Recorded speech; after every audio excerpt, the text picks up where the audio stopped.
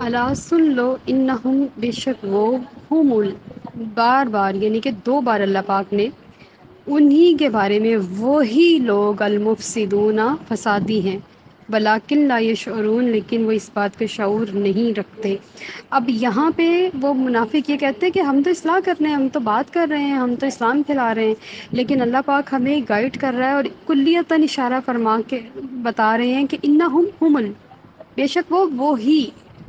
یعنی کہ پوائنٹ کر کے انفسائز کر کے اس بات پہ اللہ پاک ہمیں بتا رہے ہیں کہ وہ لوگ فسادی ہیں لیکن وہ اس بات کا شعور نہیں رکھتے کہ وہی فسادی ہیں۔ وَإِذَا قِيلَ لَهُمْ اور جب ان سے کہا جائے آمنو ایمان لاؤ کما جیسے آمن الناس و ایمان لائے لوگ، قالو تو کہتے ہیں آنومنو کیا، نو ہم، امنو ایمان لائیں، کما جیسے آمنا ایمان لائے، سفہاء بے وقوف لوگ، الا سن لو انہم بے شک وہی ہم السفہاء وہی بے وقوف ہیں، ولکن لا یعلمون لیکن وہ لوگ نہیں جانتے۔ اب اس آیت میں اللہ تعالیٰ فرما رہے ہیں کہ جب یہ سب کچھ سمجھ آ گئی کہ یہ لوگ مسلمان نہیں ہیں بلکہ اسلام کا لبادہ اڑے ہوئے ہیں، جب ان سے کہا جائے کہ ایمان لے آؤ، مسلمان ہو جاؤ، تو نعوذ باللہ استغفر اللہ وہ اتنے بلند جلیل القدر اصحاب کی طرف اشارہ کر کے کہتے ہیں کیا ہم ان بے وقوفوں کی طرح نہ ایمان لائیں؟ استغفر اللہ ربنا لا تجعلنا منہم۔ اس طرح وہ صحابہ کرام اور حضور اکرم صلی اللہ علیہ وسلم کے قریبی مومنین کو انگلیاں دکھا کر بتا رہے ہیں کہ وہ بے وقوف ہیں، لیکن یہاں اللہ تعالیٰ فرما رہے ہیں الا خبردار، ہم السفہاء یہ خود بے وقوف ہیں، یہ خود احمق ہیں لیکن نہیں جانتے۔ سب سے پہلے اللہ تعالیٰ نے انہیں فرمایا وما یشعرون، پھر فرمایا بما کان یکذبون وہ شعور نہیں رکھتے، وہ جھوٹ بولتے ہیں، وہ پھر فرمایا وہ شعور نہیں رکھتے، پھر فرمایا کہ وہ علم نہیں رکھتے۔ اور یہ ساری جو نشانیاں ہیں یہ منافقوں کی ہیں، اور ہمیں ان منافقوں کی ساری نشانیوں سے اللہ تعالیٰ کی پناہ میں آنا ہے، اللہ تعالیٰ کی حفاظت میں آنا ہے۔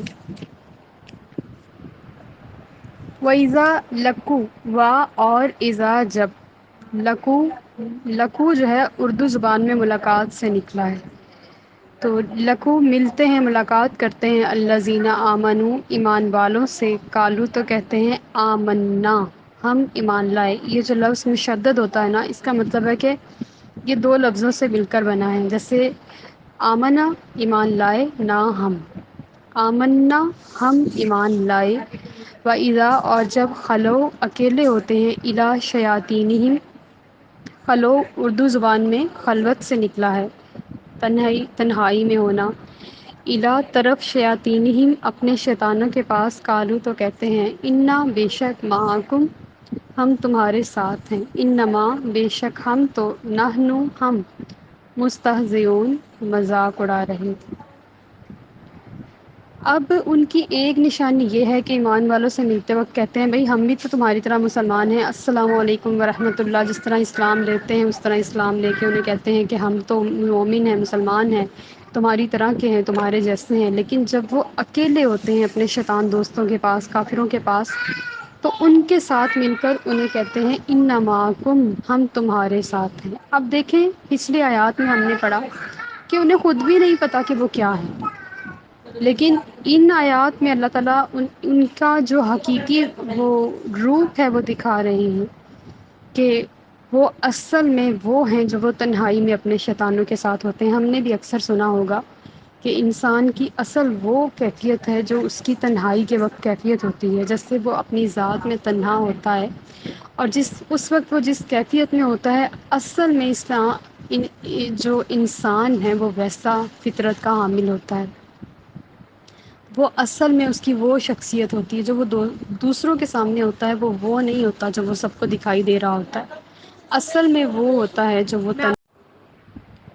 قالو کہتے ہیں ان معکم ہم تمہارے ساتھ ہیں، انما نحن مستہزئون ہم تو صرف ان کا مذاق اڑا رہے تھے۔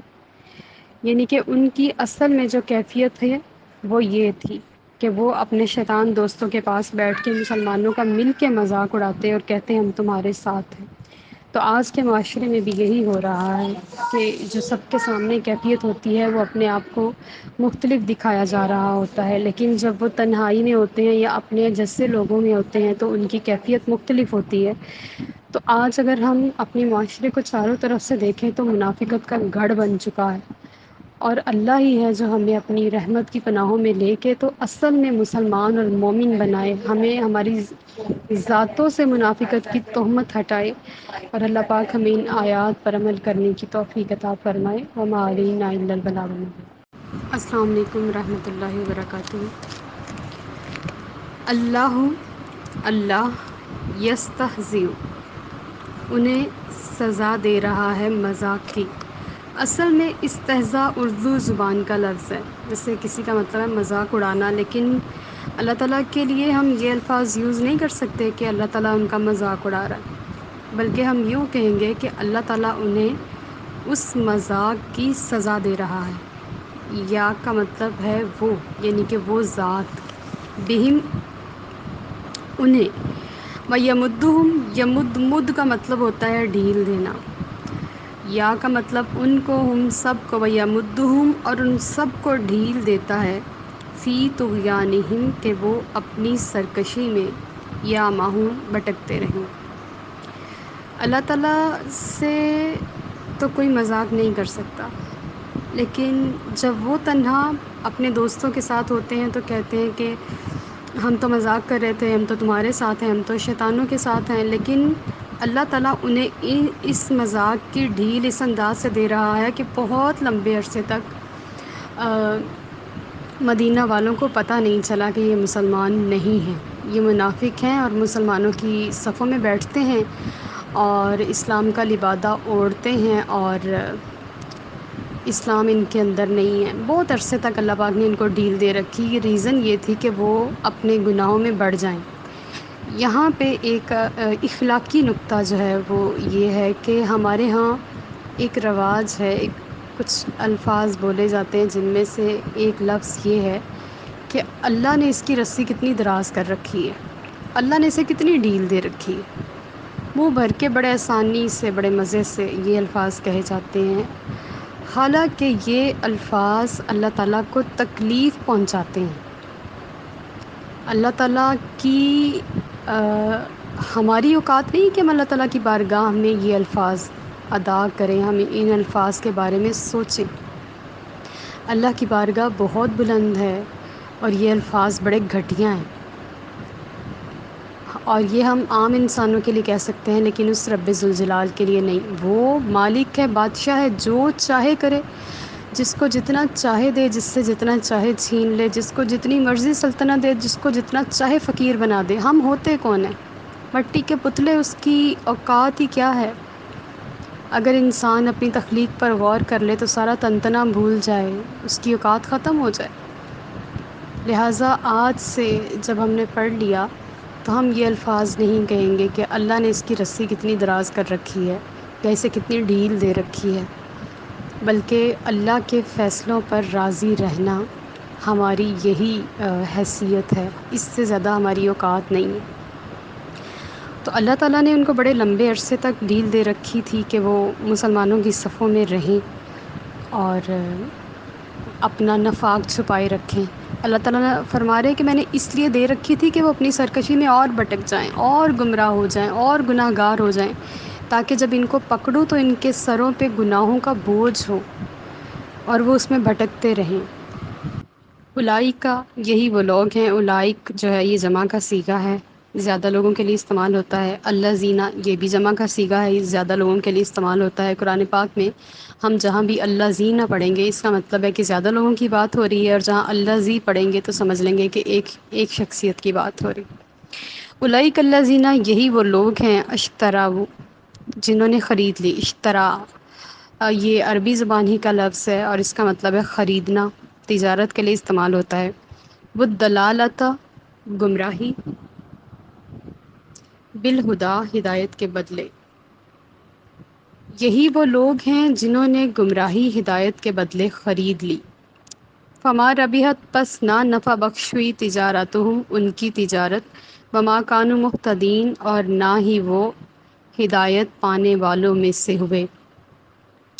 مہتدین کا مطلب راہ جاننے والے، راستہ جاننے والے، ہدایت پانے والے۔ کثیر المعانی یہ لفظ ہے اور اس میں بہت ساری باتیں آ سکتی ہیں موقع کی مناسبت سے، لیکن ہم یہاں پہ آیت کی مناسبت سے یہی کہیں گے کہ وہ صحیح راستہ نہیں جانتے تھے، وہ ہدایت یافتہ نہیں تھے۔ اب آپ دیکھیں کہ میں آپ کو ایک مثال کے ذریعے سمجھاتی ہوں، کیونکہ مثال دینا اللہ پاک کی سنت ہے۔ ہمارے ہاں اگر ہم کوئی چیز خریدتے ہیں تو وہ چیز ہمیں 10 روپے میں مل رہی ہے اور ہم وہی چیز 50 میں خرید کے آتے ہیں، اور ہمیں پتہ بھی ہے کہ 10 میں مل رہی ہے، کنوینئنٹ ہے، ہمارے قریب ہے، لیکن ہم جان بوجھ کے 50 میں خرید کے آتے ہیں۔ ہمارے ہاں تو یہ ایک ٹرینڈ بھی بنتا جا رہا ہے نا، جو اسٹیٹس اور کلاس کانشیس لوگ ہیں ان کے لیے، کہ ہم نے مہنگی ہی چیز خریدنی ہے چاہے وہ اتنی کوالٹی میں اچھی بھی نہ ہو۔ تو انہوں نے یہ سودا کیا کہ 10 کی چیز 50 میں خریدی، اور ان کا یہ سودا نفع بخش نہ ہوا کیونکہ وہ تجارت کا طریقہ نہیں جانتے تھے۔ آیت کے 2 پہلو نکل سکتے ہیں اگر کوئی اس میں ڈوب کے پڑے۔ تو انہوں نے منافقت خریدی ہدایت کے بدلے، ایمان کے بدلے۔ حضور کی صحبت میں رہتے، اگر دل کی آنکھوں سے دیکھتے حضور کو، حضور کا مکھڑا تکتے، تو آج جیسے ہم ان کو دیکھ کے حسرت کرتے ہیں نا کہ انہوں نے حضور کی مجلس میں گزارا وقت اور حضور کا زمانہ دیکھا اور حضور کی زیارتیں کی اور دن رات ان کو تکا اور ان کی صحبت میں نمازیں پڑھی۔ ہمیں ان پہ اصحابہ کرام اور جتنے بھی اہل بیت کرام اور جتنے بھی حضور کا زمانہ پانے والے لوگ تھے، ان کی زندگیوں پہ رشک آتا ہے کہ انہوں نے حضور کا زمانہ پایا۔ انہوں نے اس حسین زمانے کو گنوایا اور نفاق کی تہمت کے ساتھ اپنے آپ کو انہوں نے اللہ تعالیٰ کی بارگاہ سے مردود قرار دے دیا، اور ان کا ٹھکانہ کافروں سے بھی بدتر ہو گیا۔ دیکھیں، نمازیں بھی پڑھتے تھے، حضور کو بھی تکتے تھے، لیکن دل میں ایمان نہیں تھا۔ ایمان کے بغیر کوئی چیز کامیاب نہیں، ہر چیز بیکار ہے۔ انہوں نے گھاٹے کو سودا کیا اور اس گھاٹے کے سودے نے انہیں کوئی فائدہ نہ دیا، اور ان کی تجارت بھی رائے گاں چلی گئی اور وہ ہدایت بھی نہ پا سکے۔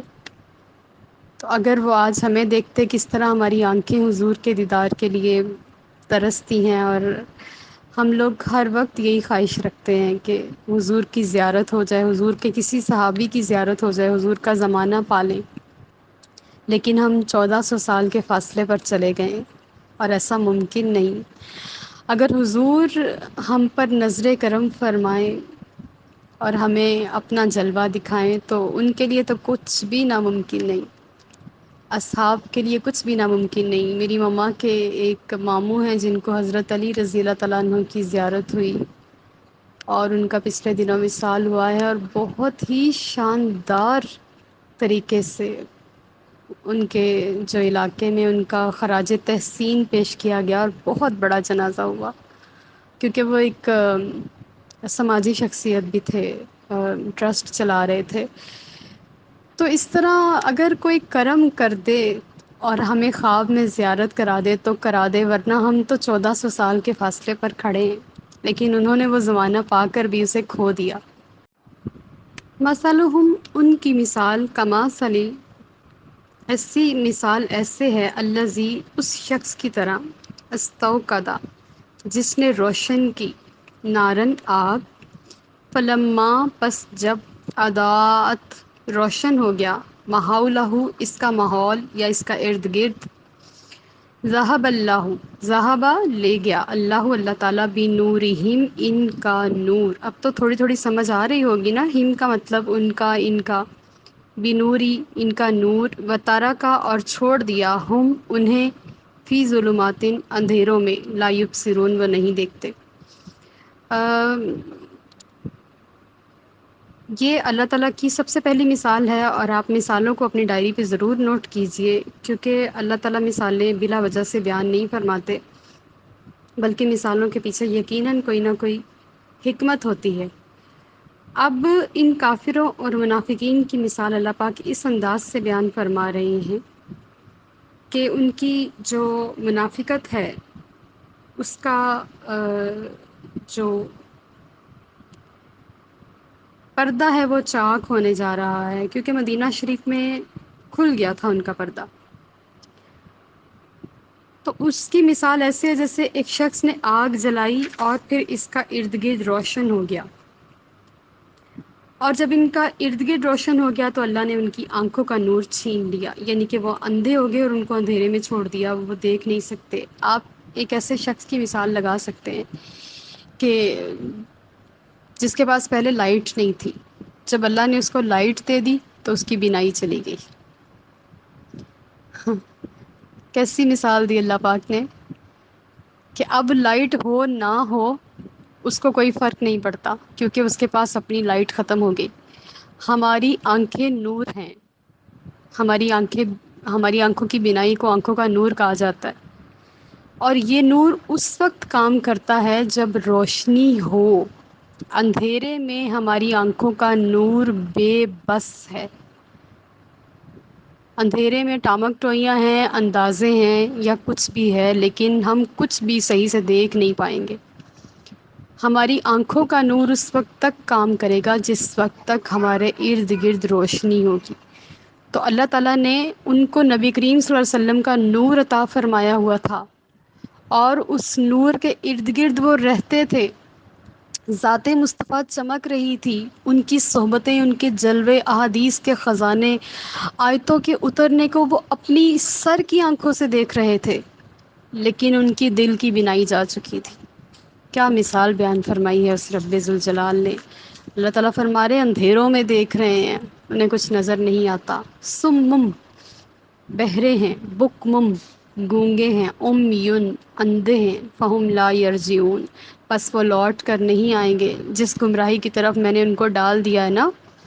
اب سارے مل کے بھی ان کو بینائی، سماعت، بصارت دے دینا، اور ان کو گفتگو کے لیے الفاظ بھی دے دیں، تو کوئی بھی ان کو سیدھے راستے پر نہیں لا سکتا، کیونکہ ان کو گمراہ کرنے والی ذات رب ذوالجلال کی۔ جسے اللہ ہدایت دے دے وہی ہدایت یافتہ ہے، جسے وہ گمراہ کر دے اس کے لیے کہیں کوئی ہدایت کا راستہ نہیں۔ اللہ پاک نے ان کو بہرے گونگے اندھوں جیسا بنا دیا، حالانکہ وہ ایسے نہیں تھے، ظاہری طور پر وہ بالکل پرفیکٹ تھے، مکمل تھے، سب کچھ دکھ رہا تھا، لیکن باطناً وہ بالکل ایسے ہی تھے کہ انہیں کچھ بھی محسوس نہیں ہو رہا تھا، ان کی ساری حسیں ختم تھیں۔ یہ حواس خمسہ پانچ ہوتے ہیں نا، تو ان کے یہ تین حواس کا یہاں تذکرہ ہے جو کہ نہیں کام کر رہے تھے۔ چلیں آپ کو موقع کی مناسبت سے پانچ حواس خمسہ بھی بتا دیں کہ ہمارے پاس پانچ حصے ہیں، لیکن ہم لیڈیز ہیں، ہماری ایک چھٹی حص بھی ہوتی ہے۔ پانچ حصے ہیں: سماعت، بصارت، گویائی، سونگھنے کی اور چکھنے کی۔ اگر کسی میں ان میں سے ایک بھی حص کم ہو تو اس کو زندگی کا وہ ذائقہ نہیں پتہ چلتا جو ان پانچ حصوں والے کو پتہ چلتا ہے۔ تو یہ ہم پر اللہ کے احسانات ہیں جنہیں ہم کاؤنٹ نہیں کر سکتے۔ جب وہ کہتا ہے نا وَلَا تَعُدُّوا نِعْمَتَ اللَّہِ،